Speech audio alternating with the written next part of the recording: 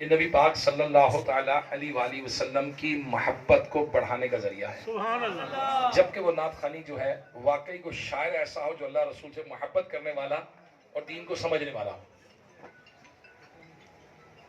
الحمدللہ رب العالمین والصلاة والسلام علی سید الانبیاء والمرسلین اما بعد فاعوذ باللہ من الشیطان الرجیم بسم اللہ الرحمن الرحیم الصلاة والسلام علیکہ یا رسول اللہ وعلی آلک واصحابک یا حبیب اللہ الصلاة والسلام علیکہ یا نبی اللہ وعلی آلک واصحابک یا نور اللہ.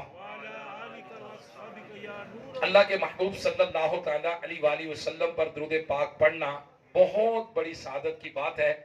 اللہ پاک نے قرآن مجید فرقان حمید میں ارشاد فرمایا ان اللہ وملائکتہ یصلون علی النبی یا ایہا الذین آمنوا صلوا علیہ وسلموا تسلیما.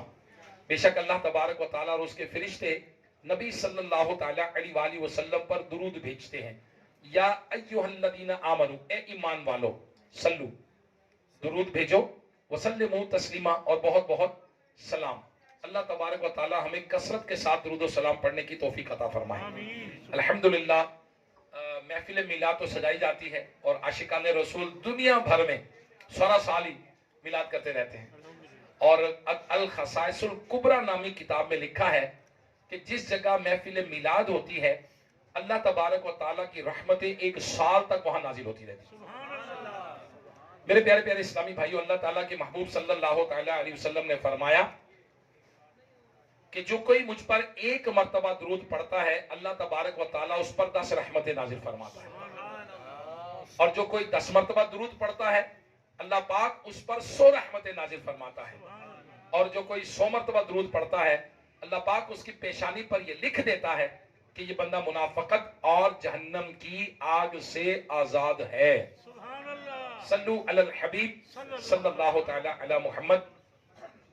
کئی بار ہوتا ہے کہ درود شریف پڑھیں گے درود پاک پڑھنا چاہیے درود پاک پڑھنا چاہیے مگر پڑھنا بھول جاتے. حالانکہ روایت میں آتا ہے کہ جو کوئی ایک مرتبہ کہتا ہے صلی اللہ علی محمد اس پر رحمت کے 70 دروازے کھول دیے جاتے ہیں. 70 دروازے، لیکن پھر بھی بھول جاتے ہیں. تو مشورہ ہے، ایک میرا رائے ہے کہ اپنے پاس تسبیح رکھ لیں. تسبیح یہ ریمائنڈر ہے. یہ کیا ہے؟ ریمائنڈر یاد کروائے گی کہ آپ نے کیوں پکڑی. صلی اللہ علی محمد صلی اللہ علی محمد صلی اللہ علی محمد صلی اللہ علیہ. بات ادھر ادھر بولے گا، باتوں میں لگائے گا، پھر یاد وہ اچھا یاد تو دوسری پڑھنا سے. تو ریمائنڈر ہے. ہاں یہ ضرور ہے، ہو سکتا ہے کوئی مولانا صاحب کہے مولوی ہو گئے تو مولانا. مولا کا مطلب ہے سردار، ہمارے آقا. مولانا ہمارے آقا، ہمارے سردار. اگر کوئی ہمیں مولانا کہے تو اس میں کیا رجے پتا کیا کہہ رہا ہے؟ ہمارے آپ ہمارے آقا ہمارے سردار ہیں مولانا. تو لفظ ہی بڑا مبارک ہے یہ. تو لہٰذا درود شریف پڑھنے کی عادت بنا لیجیے. صلو علی الحبیب صلی اللہ علیہ محمد. ابھی میں نے مسجد میں بیان کیا ہے، بڑی تفصیل سے بیان کیا ہے. مسجد کون سی تھی وہ؟ اس مسجد کا نام کیا تھا جی؟ بزرگ شاہ مسجد. ابھی جب میں نے نماز پڑھی زور کی 1:15 بجے جماعت تھی تو اس میں بیان کیا کہ درود شریف پڑھنا کیوں بھول جاتے ہیں. اس پہ سائیکولوجیکلی میں نے جو بہت ساری چیزیں بیان کی، چلے آپ کی بارگاہ میں دوبارہ عرض کر دیتا ہوں. درود شریف پڑھنا کیوں بھول جاتے ہیں؟ ہم نے دیکھنا یہ کہ ہمارا فوکس کدھر ہے. فوکس ہمارے سب سے پورے جسم کو کنٹرول کرنے والی چیز جو ہے نا وہ دماغ ہے. پورے جسم کو کنٹرول کون کرتا ہے؟ دماغ. دماغ آرڈر کرتا ہے تو یہ انگلی ہلتی ہے، دماغ آرڈر کرتا ہے تو یہ پاؤں کا انگوٹھا ہلتا ہے، دماغ آرڈر کرتا ہے تو سو جاتے ہیں، دماغ آرڈر کرتا ہے تو جاگ جاتے ہیں. سارا کام دماغ کا ہے، کنٹرول دماغ کرتا ہے.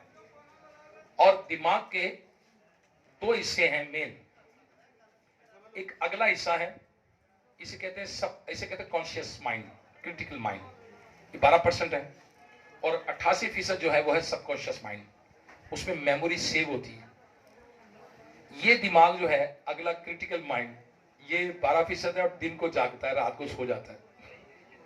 یہ 88% ہوتا ہے یہ جاگتا رہتا ہے دن رات.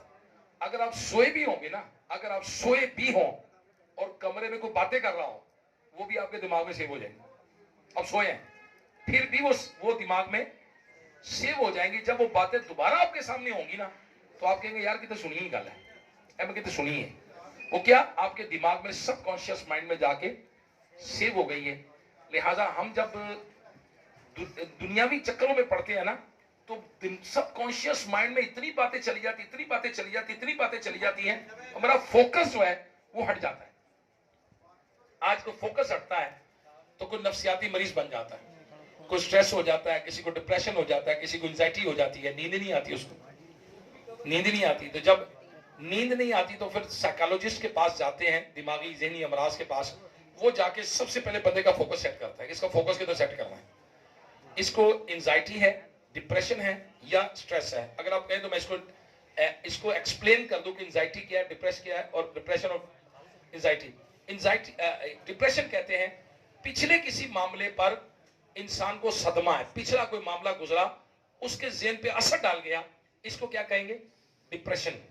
آنے والے وقت پر, آنے والے مستقبل کے بارے میں کوئی پریشانی ہے, ہائے مرنے کے بعد کیا ہوگا, میرے بچیاں کا کی پڑے گا, ہائے میں بیمار ہو گیا, میں پتہ نہیں کی ہو گیا, میں پتہ نہیں کی ہو جائے گا, دکان میں پتہ نہیں کی ہو جائے گا, پتہ نہیں کی بڑھے گا, میں کرایہ دار ہوں, ہرے مالکہ نے خالی کرا لی پھر کی ہوئے گا. بعض اوقات لوگ ذہن پہ لگا لیتے ہیں. اب ذہن پہ لگا لیتے ہیں, اسے کہتے ہیں انزائٹی. انزائٹی میں منہ خشک ہوتا ہے, پاؤں کانپتے ہیں, ٹانگیں کانپتی ہیں, بعض اوقات بندہ مریض بن جاتا ہے. سائیکالوجسٹ جو ہے وہ سب سے پہلے اس بندے کا فوکس سیٹ کرے گا. فوکس سیٹ کرے گا کہ اس کی توجہ کدھر ہے.